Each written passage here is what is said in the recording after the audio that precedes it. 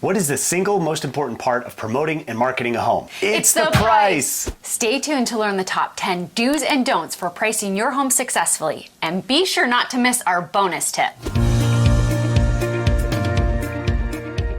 Hi everyone, my name is Sterling. And I'm Jess. We are full-time real estate brokers with Sterling Team at Berkshire Hathaway Home Services, serving the greater Seattle area. So today we are digging deeper into the importance of pricing your home correctly.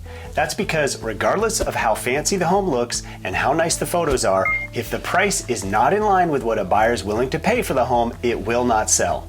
Here's an example. Let's say you spiff up your home, clean it, stage it, take the best photos, put the home on all the websites, even fly an airplane overhead with a big for sale sign. Heck, you even place huge ads in the Seattle Times and other major papers. You go above and beyond. You offer live music, even fireworks in the evening to create excitement. With all the attention you'll receive with this kind of promotion and advertising, will your home sell if it is overpriced? Quite simply, no. Why? Because pricing a home involves the art and science of real estate sales. Let's dive right in. Here are the top 10 do's and don'ts of pricing your Seattle area home. Number 1. You always want to look at market statistics and comparable homes. That way you and your broker can make an informed decision based on the latest data. Remember, in order to determine value, buyers are going to comparison shop. They want to be able to substantiate your price with the facts and statistics. Also, market data is what an appraiser is going to look at to justify the value of your home to a lender. So without question, look at the data every time when pricing a home.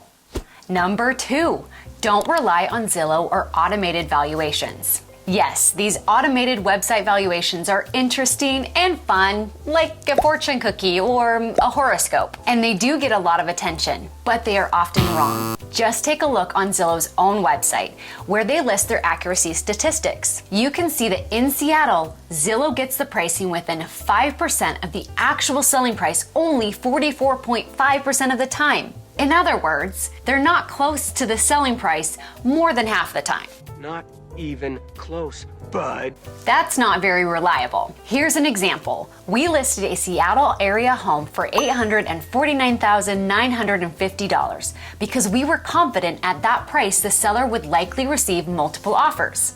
Zillow's estimate for the actual home value, or selling price, was $855,200. And do you know what the home actually sold for? $1,040,000. That's $184,800 more than the Zillow projection. That means Zillow was off by more than 22%. So online automated valuations can sometimes be right, sometimes in the ballpark, and sometimes they're way off. So be sure to not heavily rely on their accuracy. Number 3, do consider the price range that your home will fall into. Buyers usually search in ranges and round numbers. For example, a buyer might create a search for homes up to but not exceeding $900,000. If your home is priced, say, at $915,000, your home won't even pop up in that buyer's search. And you definitely want that buyer to know that your home is for sale. Why? Because that buyer could, as oftentimes occurs, increase their budget and provide you with the winning offer well above the $915,000 that you wanted. In this market, educated buyers and seasoned brokers know that nearly 3/4 of homes are selling well above the asking price. They are factoring this in when setting their search parameters and making offers on homes. Number 4, don't use obscure pricing. And try to avoid round numbers. Whether it's a grocery store or a home sale, there's a proven psychology that items priced just under a round number are more attractive to buyers. Think $9.95 instead of $10, or $19.99 instead of $20, and so on.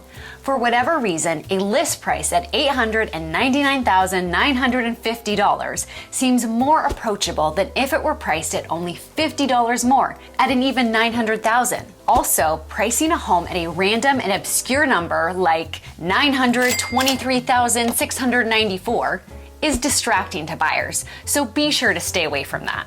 Number 5, do remember that you have the choice. You do not have to accept an offer on your home. If you receive offers lower than you want, you do not have to accept any of them. Even if you receive offers above your asking price but still doesn't measure up to your expectations, you still do not have to accept any offer. However, once an offer is accepted, you must follow the terms of the contract. It is also important to note that the selling price of a home is determined by what a buyer and seller are willing to agree to. It's important to keep realistic expectations prior to putting your home on the market. Number 6, don't forget to negotiate. Pro tip, often in real estate, you don't always get what you deserve, but what you negotiate. This one drives Sterling crazy. That's true. That's because many agents tell the seller to just accept the highest offer that comes in without trying any attempt to negotiate. But the truth is, you can often get more than this by various negotiating strategies. There is a whole process to this. A home seller receiving 10 to 25 offers on a home in our Seattle market is nothing new. It happens daily.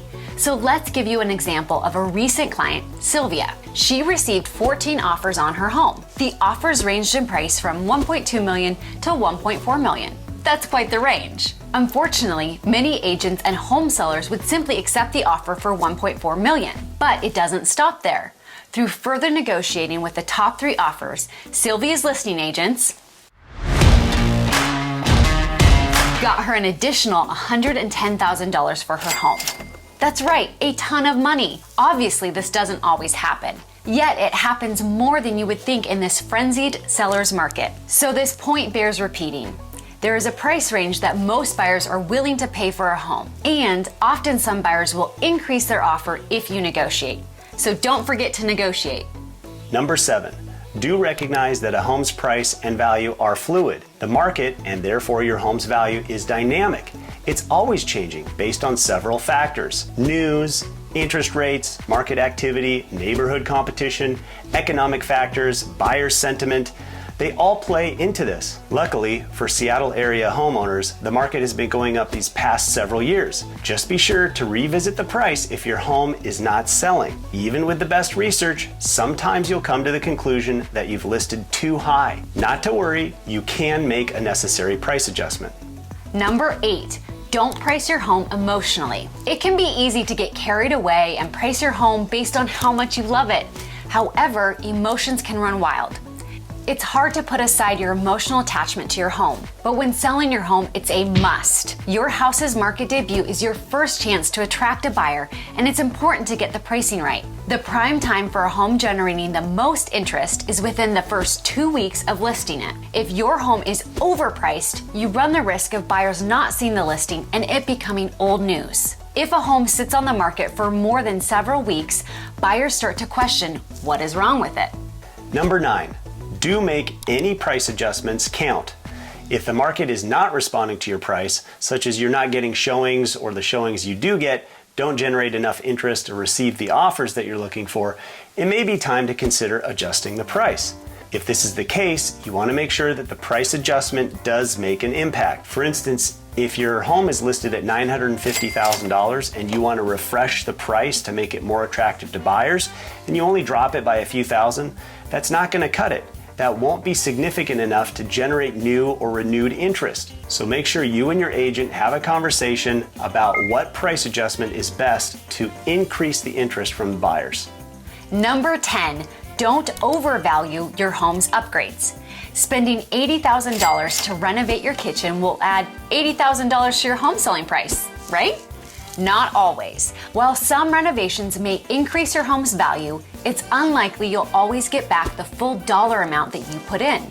Before investing in any improvements, look at comparable homes for sale near you to see if upgrades are in line with the neighborhood and if they appear to have an impact on resale value. Sometimes it doesn't make sense to put in the time, energy, and money, as you won't see a good return on your investment. If you've made it this far, we really appreciate you. So here is our bonus tip. Bonus tip. Do make sure you look at the terms of the offer, not just the price. You see, price and terms determine the quality of your offer. So again, it's not just the price. If you have an offer that is a little lower in price, but it has way more favorable terms like no financing or an inspection contingency, maybe a really quick closing and a strong earnest money, that can very well be much better than a higher priced offer, but has all these strings attached and is more risky. So never ever look exclusively at the price, because the terms of an offer are also extremely important as well. There you have it, our 10 do's and don'ts when pricing your home for sale. Do you have another tip to add? We'd love to see your comment down below. If you like this type of content, please click the like button and consider subscribing down below. Thanks.